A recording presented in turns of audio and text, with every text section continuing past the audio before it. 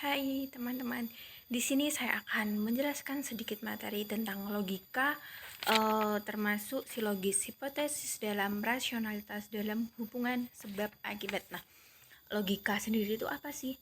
Logika itu ilmu tentang cara berpikir yang benar untuk menyusun argumen dan menarik kesimpulan yang masuk akal. Nah, elemen dasar logika sendiri itu ada 3. Yang pertama ada premis atau pernyataan dasar, yang kedua konklusi, kesimpulan yang diambil dari premis, yang ketiga yaitu argumen, gabungan dari premis dan konklusi itu sendiri. Nah, dalam logika itu terdapat 2 bentuk utama yang bisa membuat kita cara menilai dalam membangun argumentasi. Nah, yang pertama itu apa? Yaitu deduktif atau dari umum ke khusus. Seperti contoh, semua hewan akan mati. Premis pertama itu. Premis kedua, ayam adalah hewan. Jadi kesimpulannya ayam akan mati. Yang kedua aja itu diinduktif, dari khusus ke umum. Seperti contoh, setiap kali saya minum kopi, saya merasa fokus. Berarti keterangannya kopi membuat fokus. Nah, masuk ke inti cabang, bukan inti, ke cabang ilmu logika, yaitu silogis, hipotesis, rasionalitas dalam hubungan sebab akibat. Nah, silogis sendiri itu apa sih? Silogis itu bentuk penalaran deduktif lama yang terdiri dari 2 premis dan 1 keterangan. Seperti contoh premis 1, jika hujan tanah basah. Premis 2, hujan turun, berarti keterangannya tanah basah.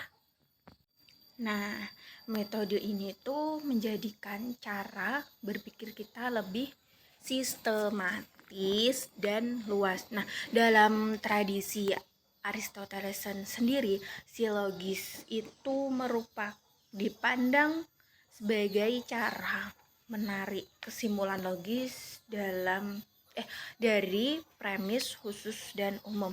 Nah, sebagai cabang logika, silogis hipotesis melanjutkan tradisi ini dengan fokus pada premis-premis jika maka yang kita kenal dalam banyak argumen filsuf ataupun ilmiah.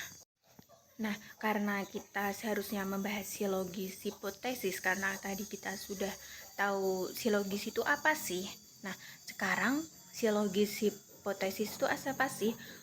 Silogis hipotesis yaitu argumen deduktif di mana premis berupa proposisi kondisional dan premis minor berupa proposisi kategoris yang menegaskan atau menyangkal bagian premis mayor. Seperti dalam pengaplikasiannya dalam bidang formal, misalnya matematika dan metode ilmiah.